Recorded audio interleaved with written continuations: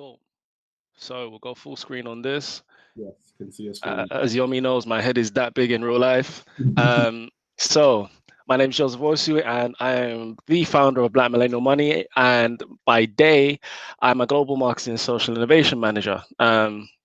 So who I am and what I do. So essentially, as Yomi said, I'm a guy who grew up in a very inner city part of London. We live in Tottenham, North London. We went to a rough school. It was literally a triangle between our school, the police station, and a unit, which is basically what happens when you get kicked out of enough schools. You just go there. It's like the holding pen for places for people that can't get into any other schools. And literally, it was a triangle, and it was it was a it was an interesting environment to be in, simply because there was so much happening. Sorry if you guys just had some technical issues. No. No, you're good. You can still see the slides? Yeah. Okay, sweet. There was so much happening around us, and it was always challenging to focus on academics. And it was easier to get in trouble than it was to get C's. Forget even A's. So it was one of those kind of schools, one of those places. So after that, I made it through, headed over to university, went to Kingston University, where I had a great time enjoying myself and not really studying for the first year and a half. And then after that, I managed to put it all together and come out quite well. I do not recommend that strategy for people who are yet to go to university. Work hard all 3 years, because the high blood pressure in second year, people don't prepare you for it. After that, I transitioned into the world of sales and later into marketing. So what I do now is as I said, I work in marketing and social innovation. And whenever you hear the word innovation, what that really means is change. So how can we create new things? How can we help people in new, different, and better ways? And that's half of my job. And then from a marketing standpoint, I'll explain that. So I'll show you what a typical day kind of looks like. So I've got two work streams. Basically, my job title means I cover two areas, marketing as well as social innovation. So on the marketing side, I work with, so I work for Experian. Most people know us as a credit referencing agency, but we do quite a lot beyond that.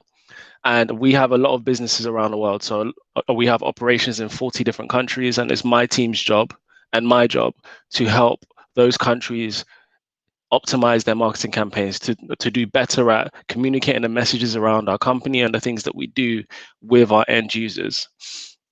On that side, it's lots of storytelling, lots of really creative work, camera work, videos, pictures, campaigns, Facebook advertising, everything you think of when you think of marketing. That's what happens on that side. Now, in the UK, I help our business-to-business side of the business-to-business teams actually promote their products, because sometimes the marketing can be a bit boring. It's just buy my product, buy my product, buy my product. There's no usual storytelling, and that's where I really excel at finding ways of connecting people emotionally to a product which helps us then sell it even before we've told people how much it is. Now, the social innovation side is where I get very, very excited. The social innovation piece, it's focused around trying to find ways to make the world better for everyone. So whether you're a student or a single mother, what other groups are we focusing on? People who have been historically unemployed. Any sort of financial challenge that we can see if we can find a solution to is kind of what I work in. So I'm doing lots of research, trying to understand what people's needs are, what the challenges that they're facing are, and what they think are the best ways for these problems to be solved. Because it's not about what we think, it's about what the people that we're trying to serve and help think on that side. So after I've done all of that research, I work with our other teams to sort of figure out the new ways in which we can do this work. How can we connect with how can we connect with average people, everyday people, especially now in times of COVID? What do people need help with? What are the challenges that they're facing? Do they even need any of our help? And and how can we get the help and resource that they need to them as quickly as possible. So that's what we figure out with the teams. In addition to that, I have a financial education project, which is very, very dear to my heart. As you know, well, I'm coming on to explain what Black Millennial Money is about. Financial education is super important to me. It's something I'm very, very passionate about. And through this financial education product, I'm helping people under the age of 25 actually start to understand the world of money. It's less about come and figure out what a bank loan is and what a credit card is, or what your credit score is. It's more about how does finances affect you and your part-time job? What is realistic for a 22-year-old to have? What kind of financial decisions should you be making at various ages? All of those sorts of financial challenges, and because finance covers everything, I get to be really creative. So I'm working on a financial cooking show at the minute. We're working on a financial dating show. We've also got a show that talks about side hustles and how you can make more money and how you can get into the world of work or start your own business. We cover everything, and it's all coming. There's more content coming, but you can check that out. A quick plug on Living on 427 on YouTube. So you can check that out now. And the final piece of what I do is supporting innovation in diversity and inclusion. So we know diversity and inclusion has been a big challenge in businesses. And for those of you who aren't familiar with diversity and inclusion, it basically means how many different types of people are in the workplace. So it could be based on race, so Black, white, Asian. It could be based on gender, how many women are at high levels in the business, how many women are even employed in the business.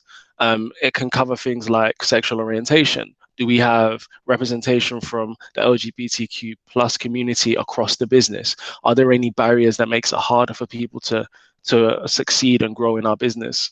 And also from socioeconomic background. So if you're from a wealthy background, do you see that your career progresses faster than someone from a poor background? What things can we put in place to level the playing field and to attract the most diverse group of people to work for the business and really start to make a positive change, not just within the business, but in a wider community?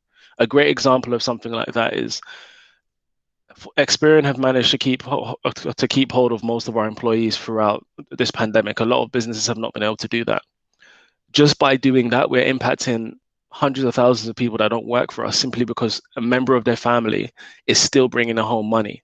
There's lots of people right now who have either been made permanently redundant or their furloughs coming to an end, and they're going to face a lot of financial challenges. Just by making sure we could take care of our people and employ more people, we can help all the people that are impacted by the people that work for us. So that's what those are my two work streams. And I'm not sure if there's any questions coming in. Yomi, are there any questions before I move on to the podcast and what Black Millennial Money is about? Not just yet. Okay. And am I talking too fast? Yeah, you're good. Okay, cool.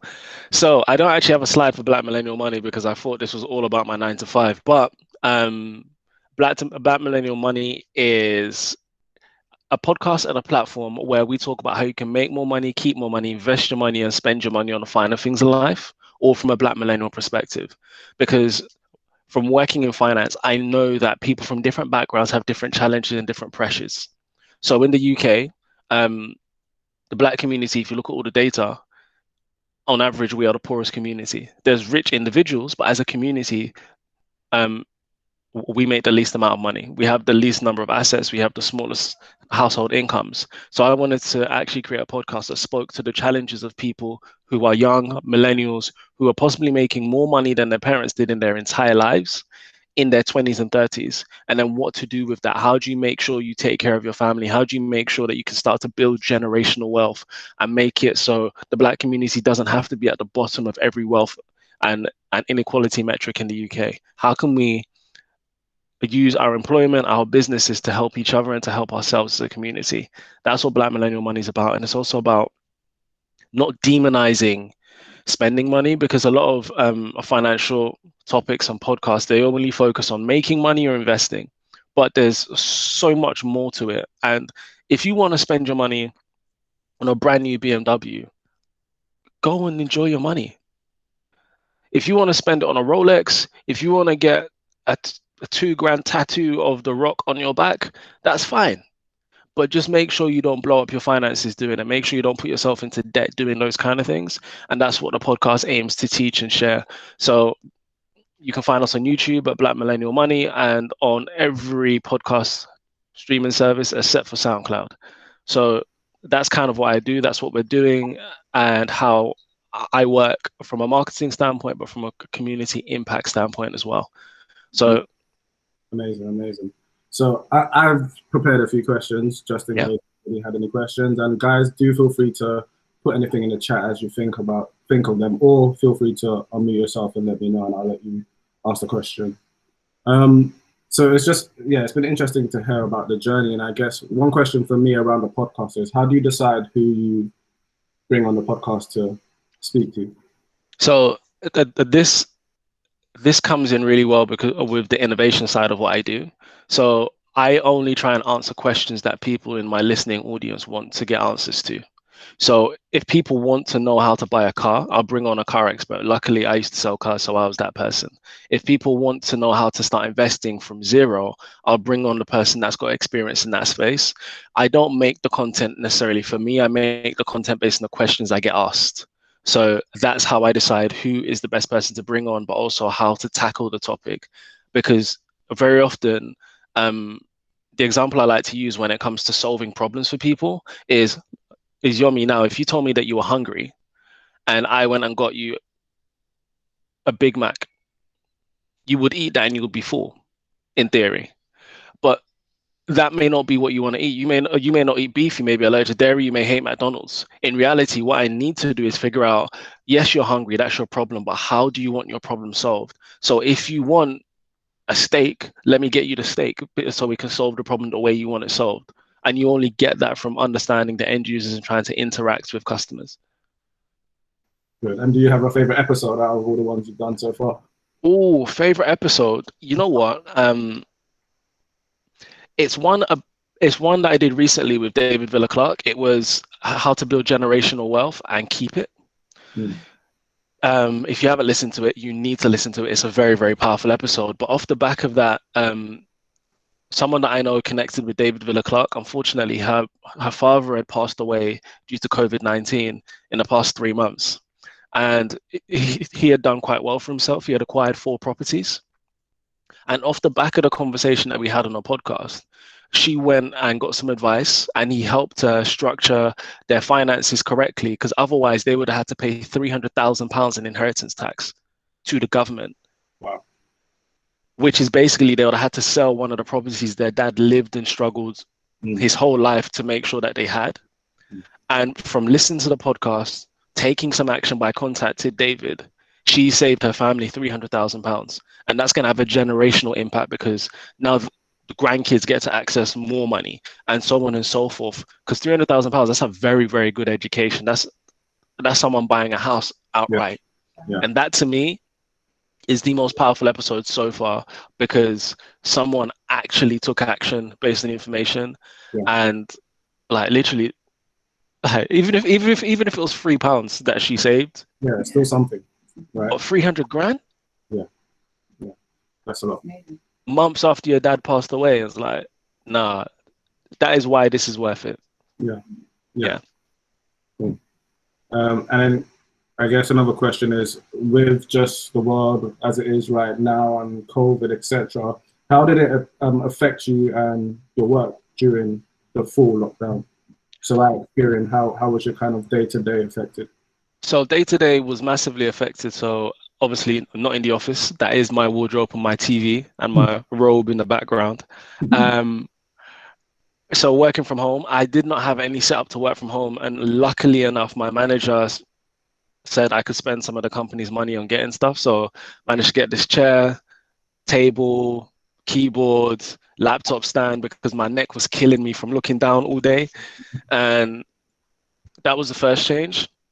The other thing is some of the campaigns I was working on in financial education, they featured groups. And you can't have group during the main part of the lockdown. You couldn't show groups together. So we basically had to scrap all of that content and start from the very beginning. But the advantage of that is that we've managed to create much, much better content, and it's much more engaging and interesting. And it's not so time linked. So for those of you that are going to check out Living on 427, we've got some more content dropping for you tomorrow. And yeah. And what about in terms of your podcast? I'm guessing not much because you did it from home, I'm guessing. Yeah. So actually, before I answer that, sorry, I was lucky as well with Experian because I work in a global team. So where I'm speaking to people in Peru, Colombia, Brazil, India, I actually don't need to be in the office to do my job. So luckily, a lot didn't change on that perspective because none of those people see me anyway. So yeah, relating to the podcast, I was recording in a studio and I was super proud to be recording in the studio at the time because I'm a big fan of the Free Shots of Tequila podcast and they record in the same studio. I was like, I'm lit, I'm set. like one of these days they're gonna walk in, I'm gonna be like, you're right, I work here too. But it never happened. It never happened.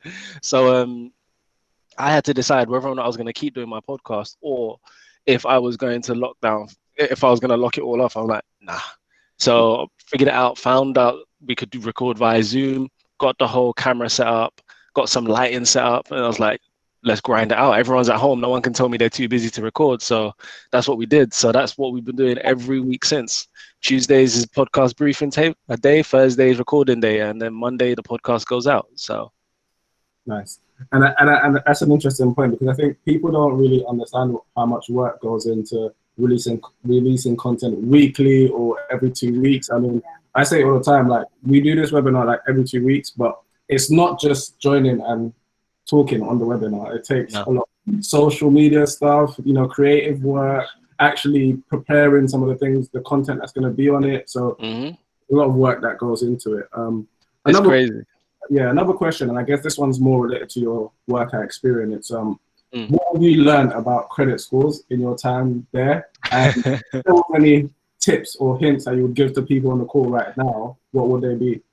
Okay, so some of this stuff I knew before joining, but it got confirmed when I was there. So credit scores are important, but they're not as important as they could be. The score itself doesn't matter. It's what's on your report. So this is where if you could have a really high score, but if there's some things that make people uncomfortable in the report. So if, for example, you've always paid your bills on time, but you're close to your limit on your credit card, that may make some people not want to lend you any money. So it's about what's on the report. The other side of it is making sure what's on it is accurate, because if there's any mistakes, and a lot of issues on credit scores are due to human error. Like, for example, you could have had a phone contract and someone on the other side decided to go on their lunch break and not press enter. That phone contract from 4 years ago could still be sitting on your credit report and it could be affecting your credit score because it looks like you've got this open account that you're not paying for. So it's figuring out little things like that. Also, the other thing that stands out is that credit scores don't matter unless you're going to borrow some money. I'm not saying you shouldn't monitor your credit score because it's a good way to see if anyone's doing any fraud in your name, for example. So if they've opened up new credit cards or anything, it shows in your report. It's like, I never did that. So you can check that out immediately. But if your score is low and you don't plan on getting a credit card, an overdraft, a mortgage, or buying a car, it doesn't matter because your day-to-day is based on the money in your pocket. Yeah. But if you are about to do any of those things, make sure you plan for it because you don't want to be there about to sign for your brand new BMW and then get declined for credit because getting declined hurts your credit score even more. Yeah. Good. Zara, I think you had a question. Did you want to ask it? Yes. Hi. Hi, Joseph. And hi, Yomi. Thanks for organising this. I was actually listening to your podcast yesterday for the first time, and it was the solo travel episode. Really enjoyed it, and it's actually inspired me to book a trip soon to Germany. So I'm really excited about that. I wanted to ask you about how you manage your time because it seems like you're kind of juggling a few things. And I'm definitely I have so many plans and I don't always get through them because of, I guess, time constraints. So could you talk us through that quickly? Thanks. Thanks, Sarah. From my perspective, it's all about scheduling because if it doesn't get planned, it doesn't happen. So people ask me how I can stay so consistent with a podcast is because before I release an episode, I recorded 4 episodes. So in terms of So Zara listened to the episode on solo travel. I recorded that in June. That came out on Monday. So if you can plan as far ahead as possible, and it's easier if, like me, you're creating evergreen content. None of the stuff I'm talking about is necessarily time specific. Occasionally someone will drop something in about COVID and it kind of locks it into 2020, but to be fair, COVID is going to be a discussion for the next 2 years, so it's like fair enough. So my core thing is planning, because I am naturally lazy. I naturally don't want to do anything. Like, if I could lay in bed and be fed through a tube, I would. Like, honestly, I'm that lazy sometimes. So I try and plan as far ahead as possible, and I dedicate specific days. So like I said, a Tuesday I do my briefings for the podcast, and then Thursday I do the recordings. Fridays are dedicated to editing, and if I need to catch up on any other editing, I just do it on the weekend. And as much as quarantine's easing and people are going out, I've decided that I'm not going anywhere. I'm good. I'm gonna stay in my house till Christmas to make sure the content I'm pushing really goes there. So it's an element of scheduling, but also an element of being willing to make those sacrifices, because I don't do anything but podcasts on Tuesday and Thursdays. Just don't even try and contact me after work on Tuesday and Thursdays. Good, and I think that's an important point to raise. So it's not that like Tuesday you've got the whole day free and then you're doing recording. It's that you go to work, you come back, and then you do the recording, right? So feel like making a time for it outside of your 9 to 5. Yeah, for sure. Cool. And protecting your time. Yeah. Just going back to like the credit scores, in terms of like COVID, has that affected people's credit scores in any way? And I don't necessarily mean like people losing jobs, but more so like the credit check agencies, are they taking COVID and the recession that we're coming into consideration? So there are 3 credit agencies in the world, three major ones. There's Experian, Equifax, and TransUnion. In the UK, we only we deal with all 3 in the UK. So Experian has their own app. A ClearScore is basically using Equifax's data. And TransUnion is Call Credit, so they own that app. So each company is approaching it differently. So I can only speak like broadly to what Experian is doing. What we have done is that we have decided to take into consideration the impacts, basically. So certain things may not affect your credit score. So when lockdown initially started, a lot of mortgage companies said that they were going to do like a mortgage freeze. So if you decided to freeze your mortgage payments, we worked with them to decide that it wouldn't affect your credit score. So far as you notified your bank or whoever your mortgage lender is in advance before not paying, it wouldn't affect your credit score. And the key thing is in managing your credit score is, if you're struggling financially at any time, whether or not it's now or elsewhere, it's essential to maintain communication with the people you owe money, because they can actually often give you breaks, they can give you discounts, they can offer reduced rates. The challenge that you have is when you disappear, that's when stuff goes crazy. So if anyone is having any sort of challenges now, call up whoever it is that needs that their payment could be delayed, and have the conversation, let them know, see what can be done. Okay, cool, thanks. Also, out of those, what did you call them? The 3 credit. Yeah, like I know like my clear score is different from my Experian, and what's the other thing we use? Credit. Call Credit. Credit. Or Credit Karma. Sorry, Credit Karma. It used to be. I think I have like 4 apps. Yeah. But my Experian is like the highest, and I'm like, why? What's the difference? I know they probably take different things into consideration. My Experian is really good, but my clear scores an average.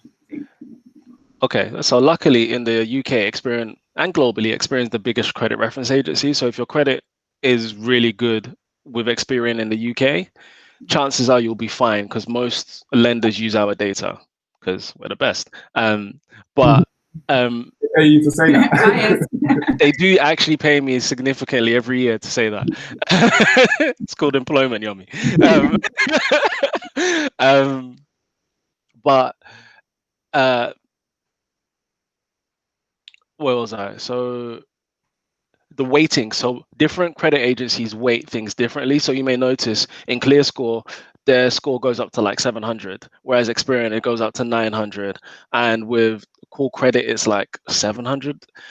It just, they weight things differently. So that's why the scoring is different, but also how quickly they update their records is why the scoring is different, because Experian updates their stuff weekly.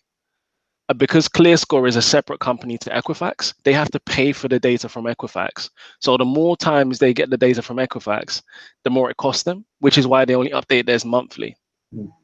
A Credit Karma is owned by TransUnion, so they update theirs weekly because they don't have to pay anyone in the middle to get the data.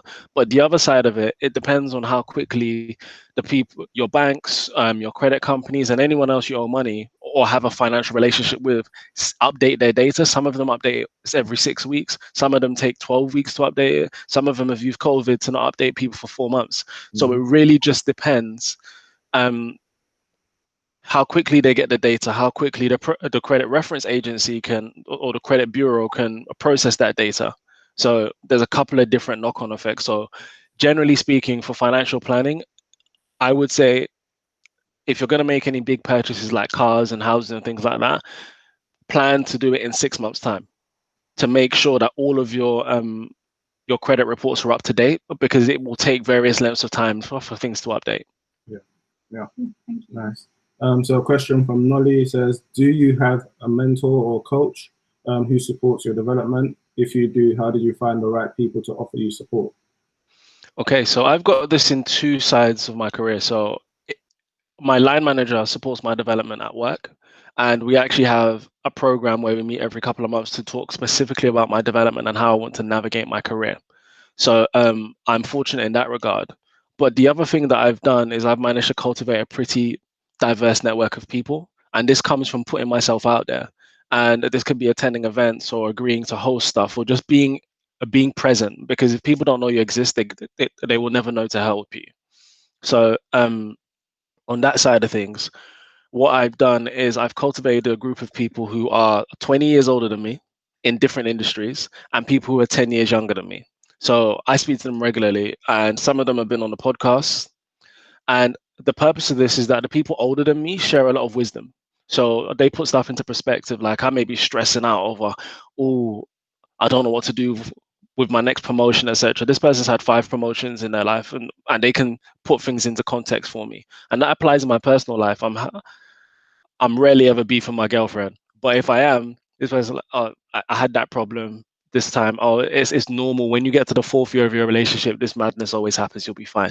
That kind of reassurance of having older people in your life, but from a different perspective, and not looking for one person to do one thing. So I've got a guy who I speak to about property. This guy, in the past 6 years, the guy's gone from owning 1 property to owning 7, and he never wanted to buy the second one. It just keeps happening to him. But he positioned his finances accordingly, and now he's worth about £2 million. Another person who, like David, I look up to him a lot. Me and him talk about personal finance and family, because he's got 2 boys and he's married, and his oldest is 18, his youngest is 13, and he's kind of been there and done it. So I talked to him about that kind of stuff, and there's a bunch of other people who I speak to about the same thing. For the younger guys, so I've got mentors who they may not know they're my mentors, but they're 21, 22 years old. And I'm like, what are you guys doing? Because I'm 30. Whatever is happening when people are 21, 22 is what's going to put me out of business in 10 years' time when they get to my age. Because I work in content and media because I was right there when social media was starting to kick off. I had Facebook because it was the cool thing to have. The same way someone who's 17, 18, 19 is on TikTok now is the same way that me and Yomi were on Facebook and early adopters to Instagram. So when we got to the workplace and the old people, and by old people, I mean people in like their 30s, they didn't know what was going on. We got those opportunities. So I'm learning from them to figure out what's hot, to stay in the game. But also because the energy, some of the people younger than me are like, whoa, you guys, how much you making a month? Yeah. I want to be like you when I get older. Honestly, yeah. Some of the guys around me, no word of a lie, 22 years old, turning down 20 grand contracts because they're good. They don't need it. It's not what they want to do. I'm like, if someone showed me 20 grand, yeah, all right, I'm gone. So they motivate me in a different way because the world is changing, and those are the people at the forefront of it. So it's not necessarily, to answer your question directly, Nolly, it would be put yourself out there and start to get known for something. Start having conversations with people about something. Message people on LinkedIn. Post stuff regularly on Instagram so people know you do it. If people don't know what you want or what you're trying to achieve, they won't be able to help you. The more consistently you can put yourself out there and continue to do the work, the easier it will be to find the people who can help you get to the next stage, no matter what stage you're trying to get to. Yeah. So a great example of that, I know I'm being a bit long-winded on this question, is I'm in the process of buying a house at the moment. And the mortgage broker I'm going to, I know the person that owns it, and they're not charging me any fees. That sounds great, which is good. But now I'm struggling to get a mortgage submitted to HSBC because they're an intermediary. Because I've been networking and I've got episodes coming out on mortgages. I know a mortgage guy at HSBC. I called him up and he said, all right, cool. Give me 10 minutes. I can see what I can do to get this submitted. Without having that network and those people around you, without putting yourself out there and connecting with people, there's so many opportunities you could miss. Like if I had been waiting for my friend's company to get it sorted, it would have cost me £100 extra a month for my mortgage. Now I've got this friend at HSBC, I'm saving myself £100. Yeah. So it's just things like that, broadening your network and connecting. Yeah, definitely a good point about being intentional about just reaching out to people. Sometimes you don't know that the next opportunity might be just right around the corner. You know, LinkedIn is a very good platform as well. Like, reach out to people. If there's someone that you think can add value in some way or can answer a specific question, just reach out and ask it. Because one thing I've learned is that people like and want to say yes if possible. If you give them the opportunity to help you, yeah, they will. So yeah, definitely do be intentional about reaching out to people. But also, don't just pick people based on their job title. Yeah. Don't just get, can you help me? Because no, like, I'm busy. Yeah, Give me a good reason, or ask me a very specific question. Show that you've picked me for a reason. Yeah. So rather than just your first question being, what can you give me? It's like, I seen you're doing this, this, and this. This could really help. Yeah. And then you start a relationship that way. And a lot of the things that I do to build relationships is I bring people onto the podcast. I'm like, after me and you have spoken on the podcast for an hour, we're not friends, but we're cool. We're cool enough for me to text you later.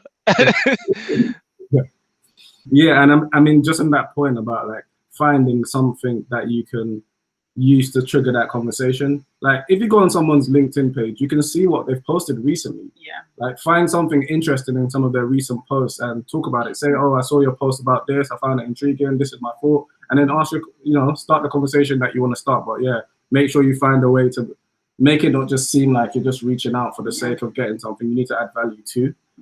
And Joseph, another question for you, and this is more about like the vision in the future and how you see or want to see Black people and money. Like, what do you want that to look like? Okay, so the reason why you started your podcast, there must have been something that you saw that wasn't great, and then you thought, what, let me try and attack this in some way. So what is your vision for Black people and money in the future? There's two reasons, one selfish and then one kind of for the people. The selfish one is, honestly, I'm trying to create a better world for my unborn kids, because if the world is better for them, I don't need to be screwing the boy that comes to pick up my daughter, or I don't need to be interrogating the girl that comes to see my son if the world is generally better. And chances are my kids are going to end up with other Black people because that's who we're around. If they don't, that's fine. But if they are going to end up with some Black people, it would be good if those Black people have their ish together, And the more people because essentially my podcast is going out to the parents of the people my kids are going to end up dating. Yeah. If I can help your parents figure out their finances before they have you, it means that you're going to be in a better spot, because the number one reason for divorce is finance. Last year, people financial challenges overtook cheating as the number one reason for divorce last year. So if I can minimize the impact that finances can have on your family, it means that you as a child are a better option for my kids going forward. And also, you're not going to snatch you're not going to pop my chain in 15 years time when you're not going to stick me up at my car and all of this stuff. It's just contributing to a better community. for my own selfish interest. Yeah. The other side of it is that I love putting people on. The biggest thing I can do is to help connect and provide opportunity. And from that perspective, if I've got an opportunity to help someone get further, take that, go be great. And if this podcast is gonna enable that in my community where there's so much talent, but there's not a lot of opportunity, there's not enough access necessarily, I'm all over that. I would love, and this is where people talk about going a little bit too far. I would love for my kids to be able to get into a school or to get a job because someone that's hiring remembers their dad from Black Millennial Money. That would be amazing. That would be. I would love to have a community of people that are like, oh, we're connected on finance and we get it. And the ultimate ambition is for me to have a media company off the back of this. I want this to be on TV if possible, as a show or on my own channel, and really, really change lives. Because if we can get people to understand their finances, we can have people be more deliberate and take more action about how they live and the choices that they make. It's not to say that money is the answer to all your problems, but it's like the only issues you can't fit. Like money can fix 99% of problems. The 1% is stuff that's related to you. If you can keep your personal stuff under control, everything else money can fix. There is not a single problem outside of your body and your head that money can't fix. If we get people there, life is better for us all, I think. And as a community, yeah. Yeah, I like that, and I like the ambition to kind of like have it on TV. And I say that because I feel like money should be like such a everyday topic, just the way food is and going out and partying. Because I think if that was the case, then we wouldn't have some of the issues that we have in the world today. And I mean, with other communities, they talk about money all the time. Like within their families, they're talking about how they can make it go around in circles. But I feel like within our community, it's something that you only really learn about when you work for a bank or you're about to start getting a job and earning money. Outside of that, you don't really talk about it. And I think if we can make it just as normal as everyday chit chat, it would go a long way. Yeah, and just to clarify, it's not because there's something fundamentally wrong with us as Black people. I want to clarify that. If we pull it into context, so Black people have only been in this country in large numbers for about 70 years. That is one lifetime. Average life expectancy in the UK for a man is 77. For women, it's like 81. So one person's life is the time we've been here. If you're from the Caribbean community, maximum you've got 3 generations or 4 generations of family members. So maybe your grandma was born here, but that's it. Or maybe your grandma came here as a kid. If you're from Africa directly, maybe your parents were the first people that come. All those people that came before us that weren't born here, they had racism in the street to deal with. They didn't know what they were doing. They were just trying to survive. Because literally, you come from Africa today and land in the UK, it's a different planet. You come from the Caribbean today and land in the UK, it's a different planet. You're just trying to figure out how to stay alive. For us, we have the luxury of like, I'm buying a house in the middle of a pandemic. My parents dreamed about buying a house, period. Didn't get it done. Yeah. They had different things to do. Yeah. So it's not that there's anything wrong with us. We didn't know what we didn't know, but in this generation, we have the opportunity and access as well as the capital to really make the next step. Because in our generation is where having Black people in the UK who just have money because they've got money is normal. No more rappers and athletes. It's just because I worked. Yeah. It's our generation. Our parents, they didn't have the opportunity. When you go to a lot of these big companies, people our parents' age are cleaning and working in security. They don't go upstairs. The average age of the Black people upstairs is like 34, if not younger, because most of them are grads. How many people who work in these big companies on this call, think of the last time you saw more than 5 Black people over the age of 45 in your business? There's not that many. Yeah. But you will see a gang of them under the age of 30. And that's because most of us are just about starting our careers. So it's not that there's anything wrong with Black people. It's just time. And we've got the opportunity, we've got the time, and Black Millennial Money is out here dropping gems every Monday for you guys to get this information. So don't sleep.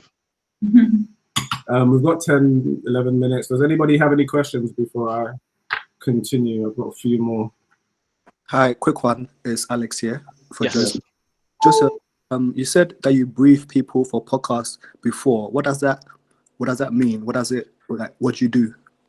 Okay, so because I'm making this like a TV show, and because I want to make sure that the listeners are getting the value that they need, you can't just come and we just start chatting. No.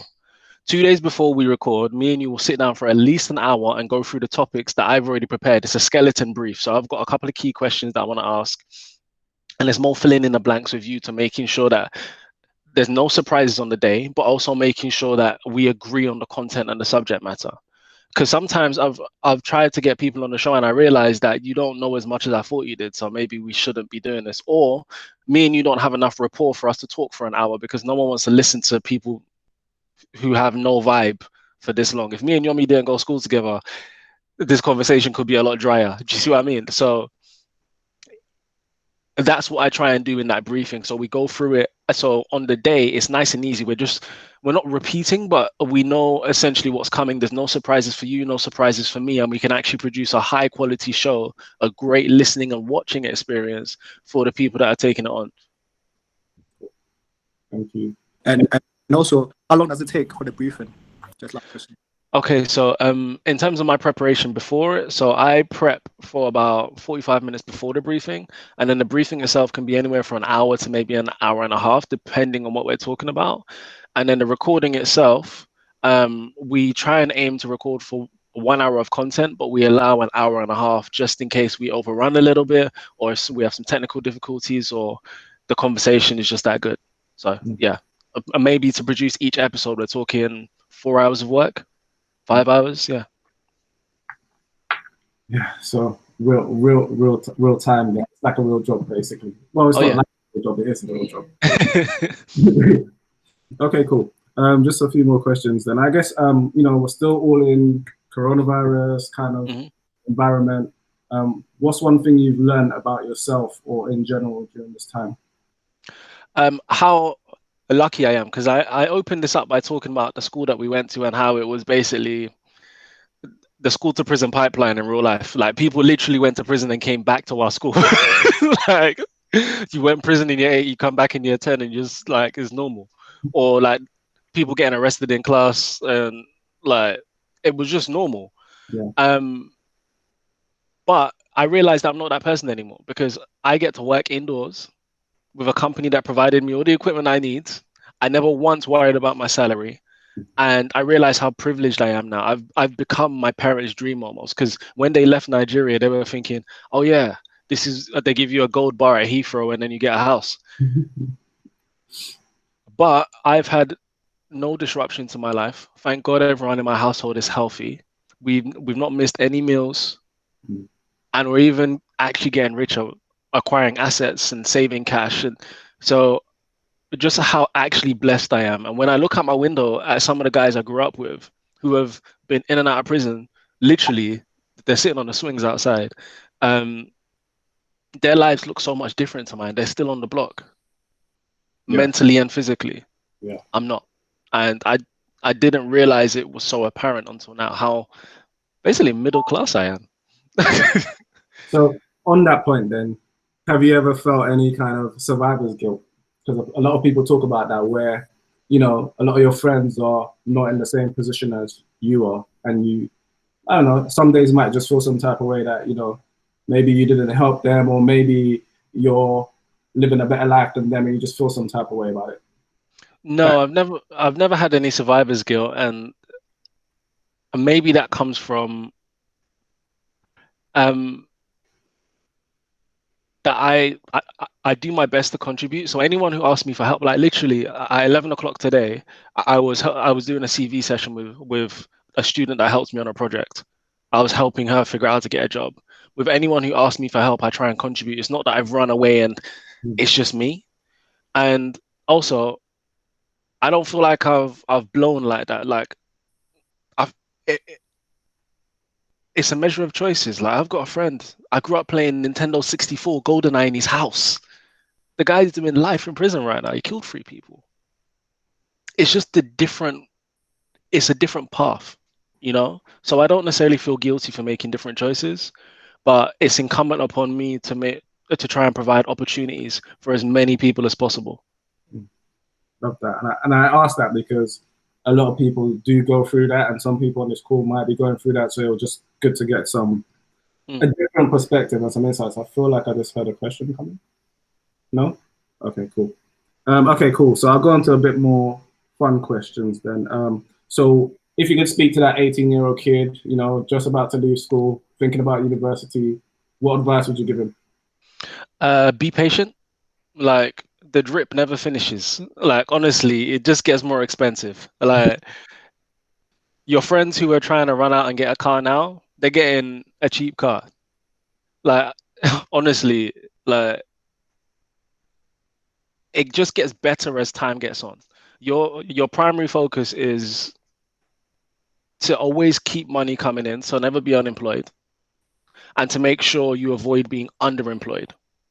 So being underemployed means that you're making less money than you should do. So, for example, if you've got the potential to be making 25,000 a year and you're making 18,000 a year, you need to bridge that gap immediately. And when you're under the age of 25, now I would say between 18 and 22, no matter what you're doing, whether that's studying or working, soak up as much knowledge as possible. Ask all the questions in the world, because basically you can get away by not knowing anything, but even if you know the answer, just tell people you don't know and ask in a genuine and open way, and people are willing to help you. By the time you lose your hair like me, people think you're supposed to know stuff. So when you ask a question, they're like, why are you stupid? But when you're 18, 19 years old, it's like, oh yeah, I can help you. I see myself in you as a young person. Take advantage of every opportunity, learn as much as possible. There is no rush. There is no rush, and there's no normal way of doing stuff. And do your best to get a plan. Set yourself some life goals, because if you want to buy a house, or even if you want to buy a bust down Rolex, what's the plan to get there? If you want to buy a BMW, what's the plan to go there? If you want to go on holiday twice a year, if you want to work abroad, what's the plan? Because people often say, I'm just here, innit? You can't just be just here. Plants are just here. You're a whole human being. No, for real. Cool. I mean, today a lot of young people received their results, and some have been very happy with their results. Some what advice would you give for them who, you know, are maybe feeling a bit less optimistic about the future? My advice is for my A levels. I got 2 E's and a U. I'll say that again. My A level results literally said ew. It was not cute, and I made it. What it is results are important, but the other thing that matters is hard work and how you turn up. Because there's a lot of people who've got great grades, but they've got 0 people skills. If it's not academic, they're not doing the work. So if you know that you didn't get the results you wanted, find a way to stay in the game. You only lose when you stop trying to progress. Like, if you told the person that got 2 E's and a U that I would be a global marketing manager at Experian 12 years later, I wouldn't have said yes.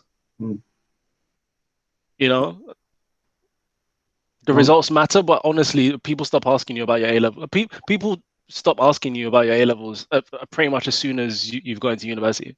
Yeah, I don't even remember the last time I had to talk about that in any role. Yeah. Okay. Yeah. Cool. People don't even. Only one company's ever asked to see my university degree. I could have just said I went this whole time. Any final questions before? I've got a final comment if anyone's listening. If you liked what you've heard today and you want to hear about some money, and on top of that, how I played myself financially, I got into £36,000 worth of debt. I managed to clear it in 2.5 years and be buying a house today. If you want to learn how I did that and how that could help you position yourself to start building wealth, so I'm going from minus 36,000, getting back to 0, and now about to acquire my first property in 2.5 years. Yomi's dropped the link for the webinar. Just dropped it again. It's tomorrow night at 7 p.m. If that sounds like the type of thing you want to get some knowledge about, tune into that. And also, Black Millennial Money, man, that's a podcast, baby. Thank you very much, Joseph, for just giving up your lunch break today to be with us and to share your story. I did want to ask one more question, just because it's a fun question we ask everyone here. And it's, let's say it's Friday, you're in the office or at home. What's on your Spotify playlist and what's for lunch? Oh, so I've been meal prepping. So literally, I've got pasta sitting over there right now. It's gone cold, but so it'll be spaghetti bolognese for lunch. On my playlist, you know what? I've got an R&B playlist that I've been listening to. It's one that I made myself, but basically, it's got I can't remember any artist names right now, but it's got all the people under 25 that they're killing it. Summer Walker, Ty Dolla Sign's over 25, but people like that, that's what I'm listening to, because certain times too much drill doesn't finish the week right. You know what I mean? Drills from Monday mornings. Exactly. Cool. So thank you everyone for joining. Thank you, Joseph, for your time.